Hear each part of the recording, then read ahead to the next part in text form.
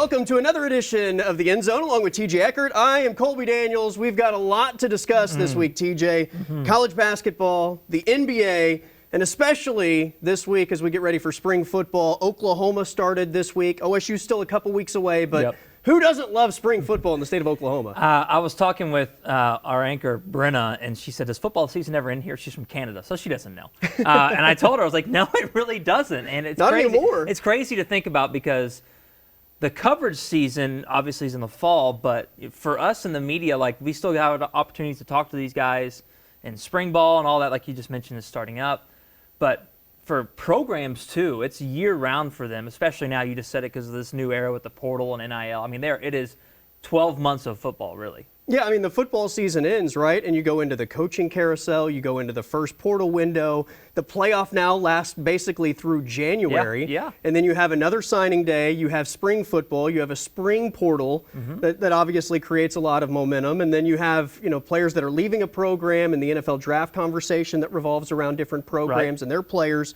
And then you have media days in the summer, which leads into fall camp, and you just start the thing over again, right? When somebody says dead period in college football, I'm like, don't say that too loud, because if you find a dead period, it won't last long. Yeah, that's right. They have found a way to get football into every month of the calendar, basically. And you really did mention that. There's really 1 month, I think, that you could consider dead, and it's June at this point. That's probably right. And even still, guys are still up there working out. We just don't cover it because we don't cover summer workouts. Right. But they're up there and they're doing stuff. So, yeah, football season's year-round, and I'm excited that spring ball's back and got to talk with some of the newbies there in Norman. That's right. Speaking of doing stuff, that's what the Sooners are doing. They are officially underway for this new version of Oklahoma. A lot of changes this offseason. Ben Arbuckle is the OC. They addressed some key positions in the transfer portal, including quarterback John Mateer.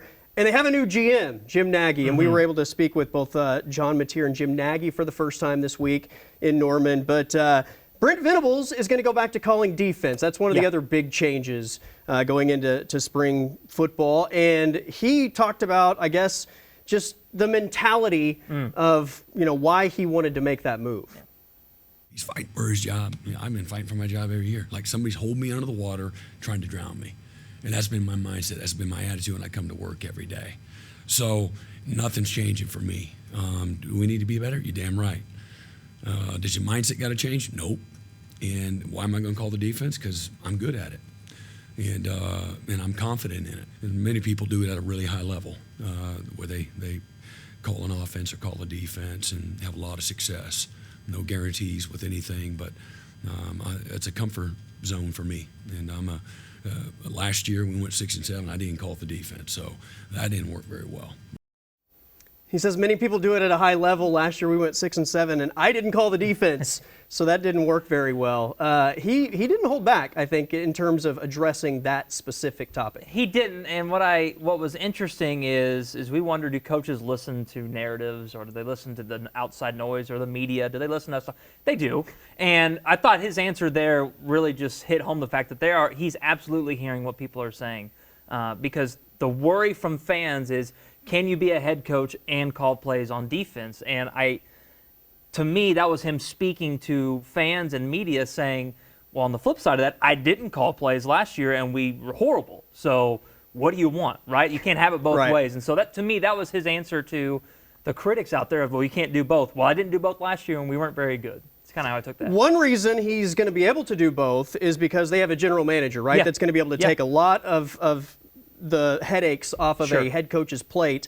You start to build this sort of structure where a front office kind of handles the personnel department and coaches can actually coach. If they don't bring in Jim Nagy, or if they didn't have Curtis Lofton, or if they're not trying to move to this new era of college football, then it would be more difficult. But Jim Nagy is now the GM. That takes a big weight off of Brent Venables' shoulders, a lot of his workload away, which frees him up to call defense. Speaking of Jim Nagy, the new OU GM, he was available for the first time to the media, and he talked about just embracing the challenge that is the complete chaos of college football. But I'm excited to get going with them. I love to learn. Like I said, I've got a lot to learn when it comes to some of this college stuff. I'm going in wide open, eyes wide open on this stuff. It's funny. When the hire was announced, I got a lot of calls and texts from from guys at the college level, and they said, welcome to the something show. I'll leave it at that. I'll edit it. And I really don't look at it that way. I think it's a really cool opportunity. And again, I've heard a lot of people complain about it. But there's an old saying, there's a book called The Obstacle is the Way. And I think we got to embrace it. It is what it is. And I think the schools and the programs that are ready to adapt and attack it are going to be the most successful. So really it's the relationship piece. And then, from where my background is, it's a scouting background. I mean, I like nothing more than sitting in a dark room and watching tape. That's what I've done my whole life. So I've got a lot of work to do. I mean, every day I'm like, okay, what's the next thing? I'm trying to think of the next thing, but I can't wait to get to the point. And it's I know we got a lot to get done, but where we can just really start, I can start digging in. And first of all, learning this roster. I owe that to I owe that to all these players. My big takeaway from Jim Nagy is he is a football junkie, and it's very easy to see why he and Brent Venables would have gotten along so well in the interview process. Definitely. Did we ever get clarification on what bleep show he was referring to? Was it college football or was it OU? Did we ever? Probably a combination of both, but all yeah. Right. Well, I figured that's I think what it the was, general consensus was college football collectively, so. but we all understand that he's also taking on something that's been a bit of the same thing. Yeah. One other quick soundbite from new quarterback John Mateer. Yeah. There's a lot of comparisons to Baker Mayfield, I think, in terms of just the way that he plays the game, some of the emotion, some of the swag. He was asked about just his mentality on the football field and where that comes from. I mean, I'll be honest, I used to struggle with the word fun on the field because if I'm not winning, like, it's not fun if you're not winning. We had a lot of success this past year, so it was fun. People say I have swag. I mean, you just play football.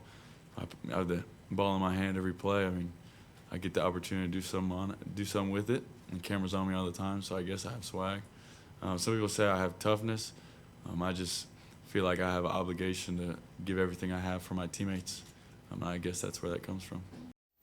There you go. He's there for his teammates, and there's some Baker Mayfield, I think, type of messaging in there. There's a little bit there, yeah. He did hit on, he's from Little Elm, which is North Dallas, and so he called this opportunity surreal, which I think if you're an OU fan, you like the fact that you have a guy that's taking over that position that feels like he's bought into what that position means, and I think he did a good job answering a lot of those questions yesterday. He certainly understands the expectations on being the quarterback at Oklahoma, without a doubt. That is TJ Eckert. I'm Colby Daniels. We'll take a quick time out. OU basketball, did they punch their ticket to the tourney next?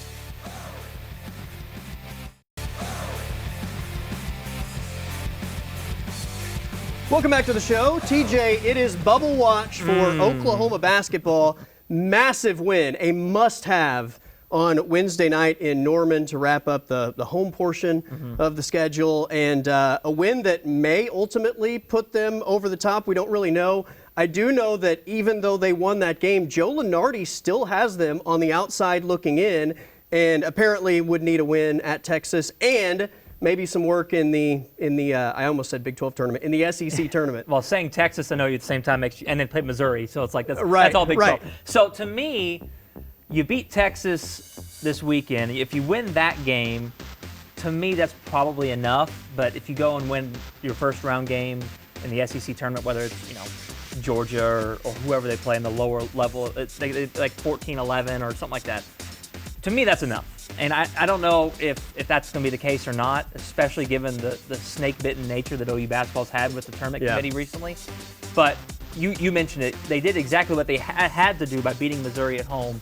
You lose Sam Godwin early in that game, and who's playing great, and you still find a way to cap that one off. So an impressive win.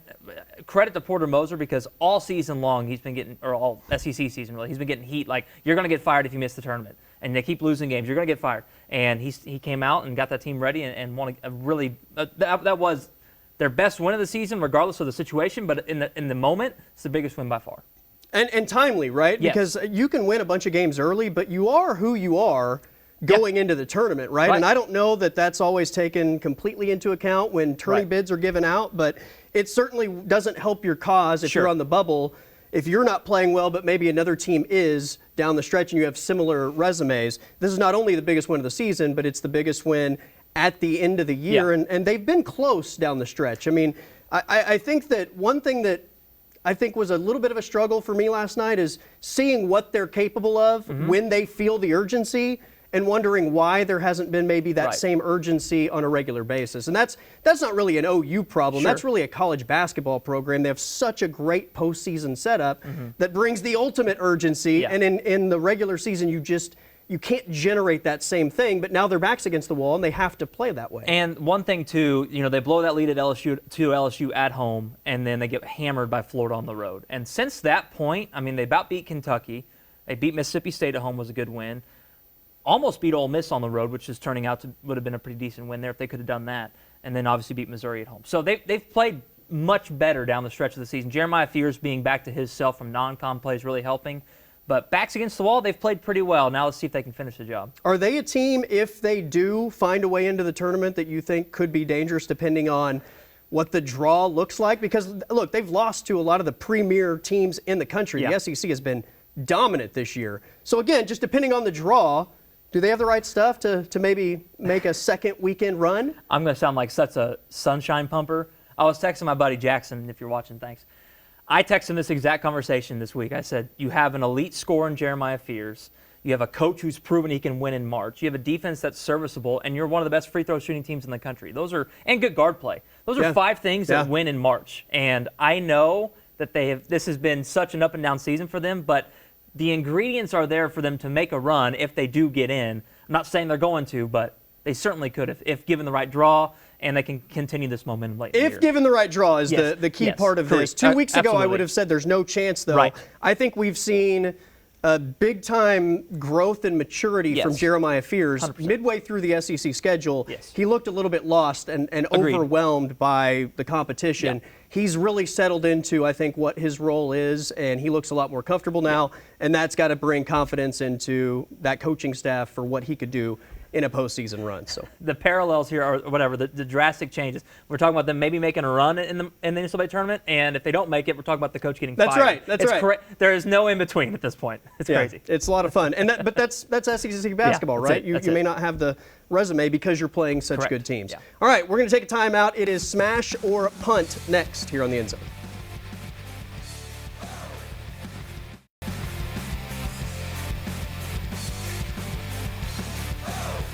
Along with TJ Eckert, I am Colby Daniels. It is time for Smash or Punt. I will throw out a statement. If you agree with it, you smash. If you disagree with it, you punt that thing away. Get it out of here. Okay. So pretty simple concept. Yes. We've done this before. Yes. I feel like I need some Hulk hands. Yeah, that'd be good. The We need toy props. Hulk hands to smash when I agree. All right, this is the first one, and I think this is, I'm curious to hear your answer. This would probably be a pretty good social media debate. SGA will surpass Russ as the most beloved Thunder player ever. I'm going to that's a great question. I'm going to punt now. Okay. For now. Russ was asked this week why he still contributes to Oklahoma City, and he gave a great answer about the community, and now he grew up here, and the love he has for this city. So, and I think people just love that. And so I'm going to go punt for now. If SGA goes and wins a title, though, that's something that they couldn't do, right? So that's tough. I'll go punt for now, though. The reason I asked that is because of those Russ comments, and I saw on social media a lot of Thunder fans saying, like, that's our guy forever. Exactly. We will forever love Russ, and SGA is on his way to winning the MVP this year. He's having a historic run right now. And I think in terms of postseason success, even if they don't win a championship, which if they win a championship, it's a no-brainer. But just with postseason success, they're set up to have way more success than Russ did, especially when Russ was the guy after Kevin. So I think there's just too much going for SGA for it not to end up that way. But it'll take a while. It's not going to happen immediately. So I'm going to smash. SGA ultimately surpasses Russ as the favorite Thunder player ever. Crazy to think about. All right, let's move on to number 2. OU ending the spring game is the right move. They're not going to play a traditional spring game. It's going to be the, I think, Crimson Combine. Yeah. So smash on ending the spring game, and then punt the Crimson Combine. Let's just do nothing. Just have practice open for media and fans one time. You don't have to film it like TV. You don't have to have TV cameras there or anything. Just give fans an opportunity to see the team in the spring before the fall gets here. That's all we're asking. I don't mind not covering the spring game media-wise because it's like, whatever. Yeah, sure. I don't care much about the Crimson Combine. So I care zero about the Crimson Combine. Now, I may have only cared 2% about the spring game, but that's more than zero, I guess. My thing is, it seems like the fans enjoy the spring game, right? There's been a lot of, I think, negative feedback over this move. It's an opportunity for some people to go to a Sooner game that aren't going to be able to go when they're playing fair. Alabama or LSU, right? Sure. So I know they kind of gave the answer yesterday or earlier this week of, like, injuries play a factor in this. I just think this is the new way of college football, and they're following suit. So I'm going to say punt. Because you want the spring game. Because I would rather have the spring game than the Crimson Combine. That's fair. So kind of saying the same thing. Yeah, I agree. Yeah. All right. Ollie Gordon did not have like a sensational NFL Combine last week, right? When you look at the measurables, the 40 time, just everything he did, he was nowhere near the top of the running backs. And this is a great running back class. If you remember, Chuba Hubbard a few years ago had the 2,000-yard season, came back to Oklahoma State. The next year was not as good as it was, and he gets drafted in the 4th round, pick number 126. So smash or punt, Ollie Gordon gets drafted before Chuba did following his disappointing season. So if I think he's going to get drafted after I punt, is that right? That's right. Okay, so I'm punting because it's such a good draft class. It is. I don't think the Combine really does much for Ollie. The tape does more for him, and he's just such a physical runner. So the Combine didn't affect him. To me, it was the tape from this previous season. Oklahoma State struggled, obviously, that was part of it. But I just think it's a good draft class, and the way we are handling running backs in the league now is different. And so I'll punt. I think it might be close, but I think he maybe goes in the 5th. Okay. I'm going to smash, and it's barely, because I think most projections have him now at like round 4, round 5. Sure. Entering the season, people thought round 1, round 2. Right. It's a talented running back class, but ultimately it only takes one, right? Sure. Somebody is going to look at the build there, the size, the Hard to speed, pass up. what he did 2 years ago, and just say, like, it's round 4. Yeah. Let's pull the Why trigger not? and see what we Flyer. get. So I'll Yeah. smash, but not confidently, Yeah. and it's not going to be by a large margin. All right. We have college football win totals, TJ. Okay. OU is projected at 6.5 wins. OSU is projected at 5.5 wins. So smash or punt, both teams will hit the over projected win total. I was in Vegas last fall before the season started and hammered the over on both teams and lost money. So I don't know what to do with this. I would think those numbers seem so small that we should just smash and they should both go over, but I thought the same thing last year. So I'll punt. I don't know which one's going to be under, but I just think I'm not going to be that confident anymore with how confident I was going into last season. So I'll punt. So more miserable football in the state of Oklahoma Probably. in 2025. It can't get worse, but we'll see. OU, I think, is going to be better, but that schedule is just absolutely brutal. Hard for And the for country. Oklahoma State, I don't know how you can be more snake-bitten than you were a year ago. I don't think that either one of them is going to be amazing, but I got to feel like Surely. both of them take steps in the right direction. So I will smash that both, and maybe it's only by a half game. Maybe it's 7-6. 7-6, yeah. But both teams smash the over on the win total. All right, final timeout. We're talking about SGA's historic run next here on the End Zone.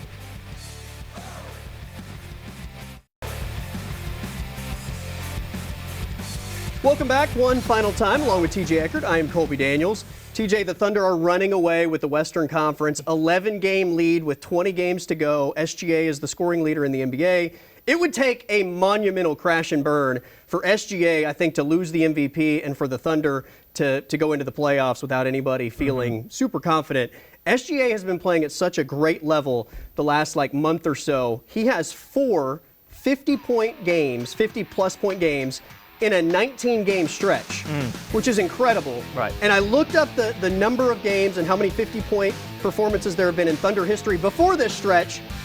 Only 9 times in 1,354 games since the Thunder moved to OKC had a player scored 50 or more. Wow. 9 times in that many games, and Shea's done it 4 times in a 19-game stretch. That's absurd. I think Royce Young had the stat that he leads the league right now in 20, 30, 40, and 50-point games, which when you're the scoring leader, I guess that makes sense. But unbelievable run he's been on. And we've gotten to the point now where national media are just trying to find anything they can to poke holes in the Thunder resume.